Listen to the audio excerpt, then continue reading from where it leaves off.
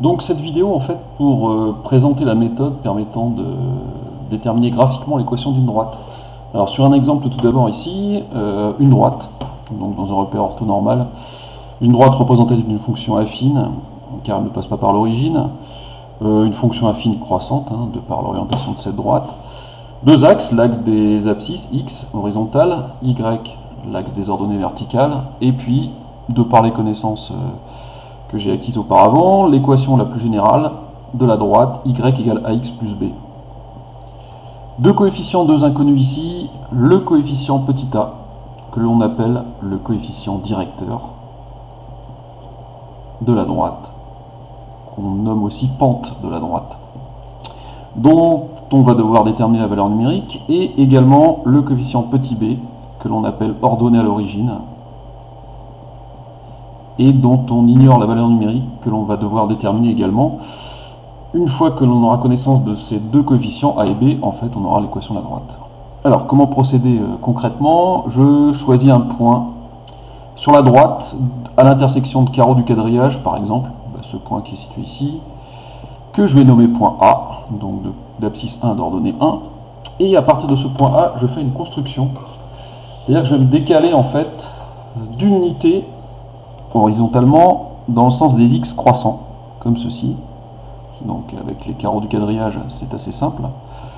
Et pour retomber sur la droite, eh bien, je suis amené à me déplacer de deux unités ici, verticalement dans le sens des y croissants, pour tomber sur un point que je nommais le point B. Donc je suis déplacé de deux unités, d'où cette valeur numérique qui apparaît. Comment déterminer le coefficient directeur à partir de ces deux valeurs? Je fais un calcul assez simple. Le coefficient directeur petit a, c'est ce qu'on appelle également la pente de la droite. C'est la différence des ordonnées, delta y, sur la différence des abscisses, delta x. Que vaut delta y? C'est cette quantité en fait, donc 2. Delta x, cette valeur numérique 1. 2 divisé par 1, c'est très simple, ça fait 2. Le résultat est immédiat dans la mesure où on se décalé d'une unité ici. J'ai donc le coefficient directeur de cette droite qui vaut 2. Il me reste une inconnue, l'ordonnée à l'origine, encore plus simple. Je regarde où la droite coupe l'axe des ordonnées, justement, elle la coupe en ce point d'abscisse 0 et d'ordonnée moins 1.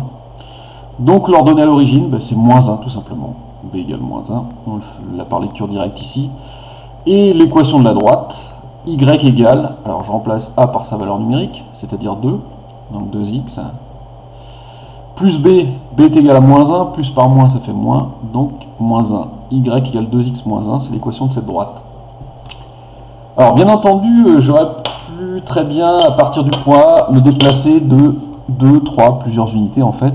Je vais faire sur un exemple ici avec 2 unités pour voir si nous retombons sur les mêmes valeurs. Donc je me décale de 2 unités horizontalement dans le sens des x croissants, et pour retomber sur la droite, je suis amené à me déplacer verticalement dans le sens des y croissants de 1, 2, 3, 4 unités pour tomber sur un point que je vais appeler le point C. En appliquant le même calcul que tout à l'heure, A, donc delta y, différence des ordonnées, divisé par delta x, différence des abscisses, 4 delta y, sur 2 delta x, et 4 divisé par 2, ça fait 2. Je tombe sur le même coefficient directeur que précédemment. C'est donc bien cette valeur numérique qui apparaît ici. L'ordonnée à l'origine, c'est toujours moins 1, ça n'a pas varié. Donc j'ai à nouveau l'équation y égale 2x moins 1. Cette équation est unique. J'aurais pu très bien choisir un autre point sur la droite. Pour en être convaincu, je vais le faire ici. Je vais appeler ce point le point D.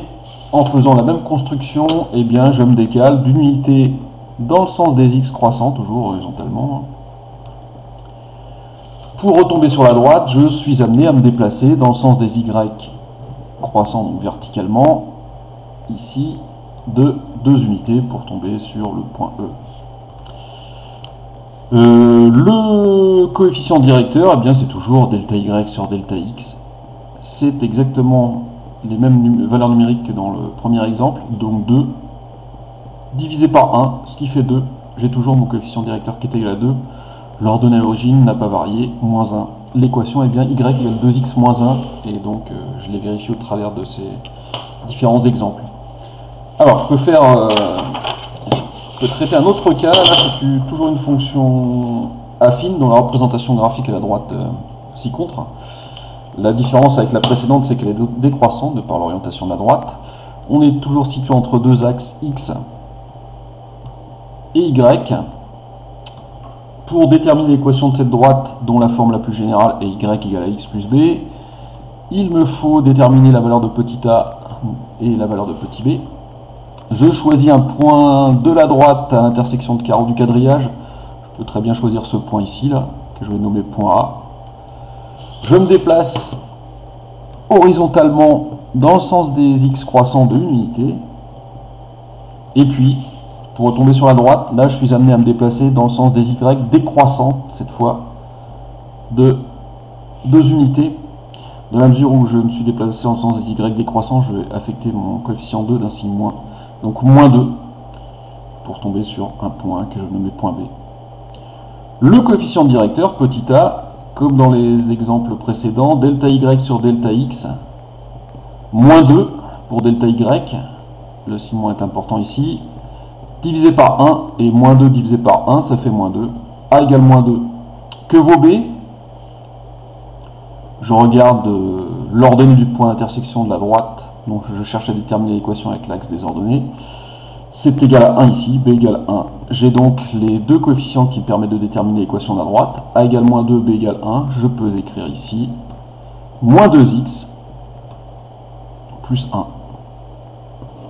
Et donc j'ai l'équation de cette droite. On a vu dans l'exemple précédent que cette équation était unique. Donc je peux le vérifier sur d'autres points situés sur cette droite, mais je trouverai à chaque fois la même équation.